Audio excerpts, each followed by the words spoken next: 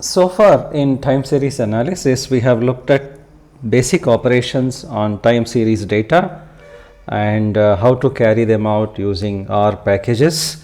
We have also looked at two main methods, namely the smoothing techniques using Holt-Winters method and also the autocorrelation, autoregression based ARMA and ARIMA models. The purpose of this last lesson in time series analysis is to give you a basic exposure to some of the advanced techniques that are being used in practice on financial data, on weather data, and a variety of other time series data sets. We are not going into the details of many of these. It is just to give you a familiarity with the some of the popular methods. So let us get back to something like our rainfall data. We had monsoon rainfall data for different regions of India for the last 141 years. So when we are trying to analyze this data, say to do prediction of monsoon onset or the quantum of monsoon rain expected in a particular year, then we are essentially getting into this frequency domain from the time domain. Right. So this is similar to what happens when you use Fourier transforms. So there is an older technique quite popular called the periodogram, or the sometimes also called the correlogram or Lom's-Cargill periodogram. So we convert the data from time series to frequency domain. So you might wonder how this is different from signal processing in electronics. Typically this we do this with very long cycles. So you are expecting so not something like seasonality or a weekly cycle or a monthly cycle. You are looking for very long term cycles. Is there a 10-year cycle, 12-year cycle, 60-year cycle, maybe a 20,000 year cycle, and so on. So in that case, some of these techniques are useful. Also, we don't make any assumption like this the signal is so all those assumptions about stationarity and so on may not hold as well, and you may not have the data has an endpoint. It is not like it's a signal which goes on forever.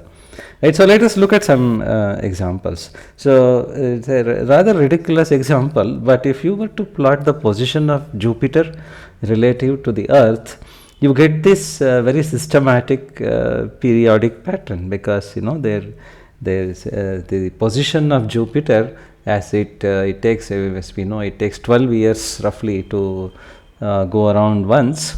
So there's a 12-year cycle. But why do we get this shape? It is because of something called retrograde motion. So because the Earth is also going around the Sun at the same time the Jupiter is, at some point it appears to be moving backward, then it moves forward. So if you plot its angular position with respect to the Earth from minus 180 degrees to plus 180 degrees, this is the kind of plot that you get. Right, it's a 12-year cycle. Similarly, you could do it for Saturn, which is a 30-year cycle. So roughly it takes 30 years to go around once. So it is just to give you an idea of the kind of long-term cycles that exist in the world where we live, especially in the case of astronomy. There is one more thing called precession of equinoxes, which is expected to have something like a 28,000 year or 26,000 year cycle. It changes 1 degree, the Earth's axis tilts 1 degree roughly every 72 years, right? So there are such phenomena. So coming back to rainfall, if I were to plot the yearly monsoon rainfall in a region, earlier we have looked at the plots for the monthly. Now if I take the yearly total, right, so this is the kind of plot we get. In a sense it is range bound. So in no year in this particular region, I think this is south interior Karnataka, in no year the rainfall has reached 9,000 mm, and in no year it has fallen below about 2,500 mm. That means, again, it is very reassuring to know that the monsoon never skipped a year. There was never zero rainfall in any year in the previous 141 years in this country. right? So now if you, I want to do time series analysis on this and look for any long-term cycles. One of the simple ideas that we had looked at earlier was moving average. So if I apply the same moving average idea here, I do a 3-year moving average, right? This is the kind of pattern that we get. This is still exploratory, I can't really do any prediction based on this. This idea of moving average is also used heavily in the financial industry. So here is one example, right? We had looked at the Sensex data earlier from 1980 to 2017, so how it has changed. And the top graph here, it shows the 1-year rolling return, right? So there are many years on which there is a positive gain and some years it is negative. So even if you take a 1-year moving average, some years it is negative, but what the investment people will tell you is, but see, if you invest for the long term, say if you invest for 5 years, then you look at the 5-year rolling return from 1984 to 2017, it is never negative. It's always been a gain, but it is close to zero in some years. That black line there is the long-term average, right? So you have in the 1-year rolling return, you vary from minus 54%, that is a loss of 54%, to a gain of 259% at that peak. In the 5-year moving average, that gets reduced from minus 7 to plus 53. Similarly, if you take 10-year rolling returns, there is minus 2 to 35%. That is, if they say if you were to invest for 10 years for the long term, there is only a chance of at most a 2% loss, but there is a gain possibility of gaining 35%. This is the kind of arguments that are made in the financial domain based on moving average, right? So coming back to rainfall again, if we now do the difference, if we plot the deficit or surplus with respect to the long-term average, right, we get a plot like this, right? Again, there is no real pattern that we can recognize. So if we were to plot within a year, so how has the rainfall changed across months, then you get a very systematic pattern. So this is the pattern for Mangalore. The x-axis is in terms of days. So you get the monsoon months, it peaks, and the rest of the year it hardly ever rains there. So no rain in the summer, then it peaks, then it comes off like that. So if you do the same for another interior region, say Mysore, the shape is slightly different because you get some the monsoon picks up gradually, then there is a peak, and then maybe some winter rains and so on. If you look at the eastern region, Chennai, the whole thing shifts to the right because there it rains in December, January, February. So there is no rain during the peak monsoon. There is a little bit, but the most of the rain comes in later months. So we can do all that analysis.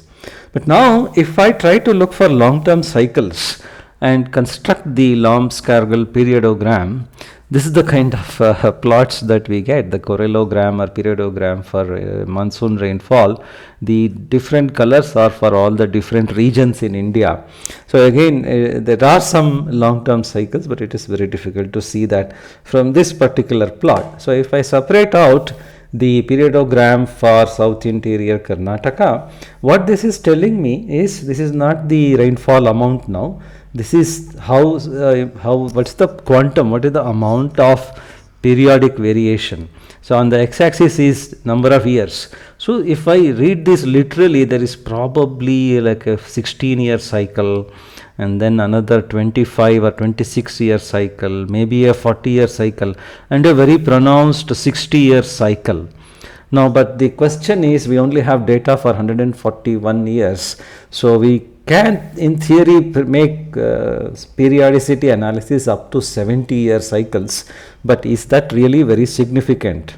If you try it for a different region, for Kerala say, you again get that peak, but this time it's around 50 or 52 years, not exactly for 60 years, right? So once again, it is not very easy to do these analysis on something as complex as monsoon rainfall data, but the periodogram is one way to convert that time series data to frequency domain and plot the periods, the amplitude of the periods at different periodicities, right? So the other main phenomenon is, if you remember the assumptions we made that the residue or the noise component will have constant statistical that is the variance, and all of that will remain the same over time. So if that is not the case, non-constant residual variance, that means the variance changes over time, that thing is called heteroscedasticity. So heteroscedasticity has been noticed in financial and economic data, sometimes also in weather data. So there is, in some intuitive sense, it is like there is a shape in the curve, but that shape is not a full period or a cycle, so it won't be recognized by your ARMA kind of models, because they assume constant residual variance. So when there is heteroscedasticity, right, in the financial domain, they also call them volatility clusters. So some periods are more volatile than others. How do I use that to fine tune my prediction? So there are models for that. The popular ones are called ARCH and GARCH.